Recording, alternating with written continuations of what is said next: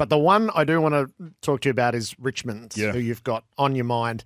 That idea that 4 weeks ago, the broad assessment, they're not the team they used to be, and that's clearly not just an external view either. No, well, I think that, and as we said, the reality of this leadership and relationships and building, I think like Richmond were probably the first on really wanting to know each other's stories, and that was 5 years ago. And I think that is still a part of their environment and part of their culture and really valuing each other for who they are. But then when you get to on-field, you need to be able to put the right pieces of the puzzle in the right places to be able to bring it together. And everyone, there were slows on. They're not going to be the same team. They're not like early first round, Carlton got to three-quarter time.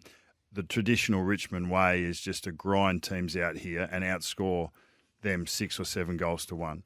Flipped it. Carlton did that to them. So in the end, they've got to a point where you go, well, they don't have this, they don't have that, and there was a slows on them. I just reckon they've rewired really well. So Dan Rioli just wasn't having an impact as a forward, so he's been schooled as a back, and I reckon he's playing the best footy of his career as a back.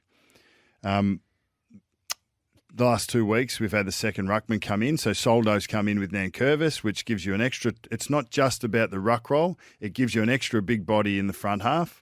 So that's allowed Bolter to go to the back. And that may have always been the plan, but I think it's going, okay, well, Noah was great at times forward, but we need to make sure that we've got that intercept defender. And he's played really well the last couple of weeks.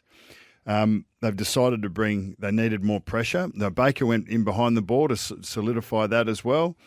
We need more pressure because that's what we base our game on. So Maurice Rioli's got the traits. He's a young kid and he's got a bit of up and go. That 10-minute period that he played, and you saw the excitement of his teammates. Yes. To see those run-down tackles, to see the selfless play and setting up the goals, a little tap to Dusty at centre forward. Like that could be anything. Like, so you got a young kid now who feels like he belongs, believes, is valued and trusted, and his natural traits are going to make them better. Then you've got Dustin Martin just trying to slide back in. Kane Lambert's just slid back in. They still haven't got Dion Prestia. Still haven't got Vlosten. Grimes is back in. Gibcus is standing up as a back. Then Tom Lynch speaks about, we just decided in the last couple of weeks just to try and move the ball a little bit faster through the midfield. So there's not just a tinkering on personnel and the chess pieces, but there's a little tinkering on the way that they want to go maybe about their offense. That sets people up a little bit, and things just are starting to open up. So they're not going to win it. They're not going to be the same team. And they've acknowledged that about a month ago. They acknowledged that we need to make shifts.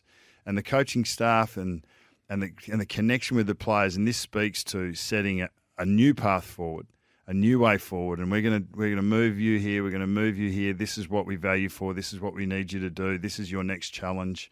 And it looks like, I reckon, they're about to pop.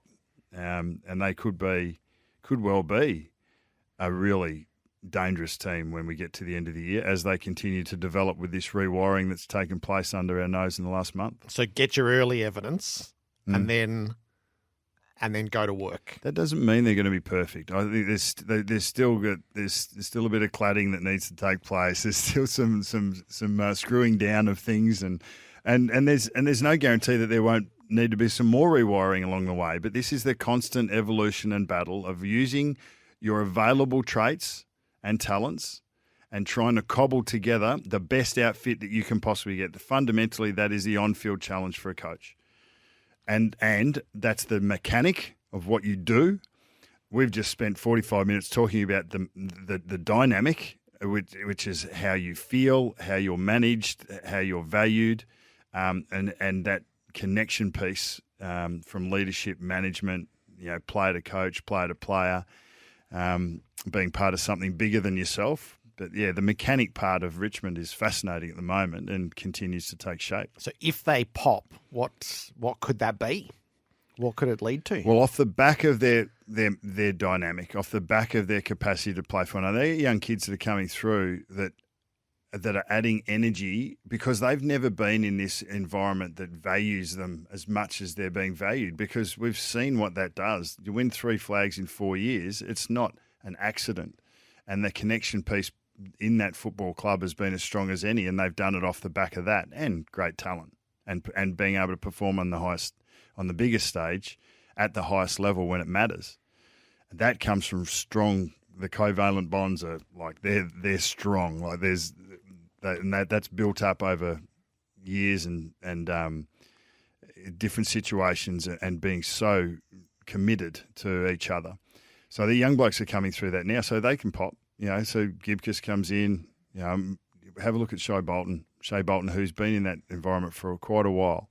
He's just getting better and better, and he's believing more and more because he's been valued and trusted and challenged in the right ways and in the right shape. So, I love seeing it from the outside in when we see the evolution of the next best outfit for just by shifting a few chess pieces around. Yep. Great conversation.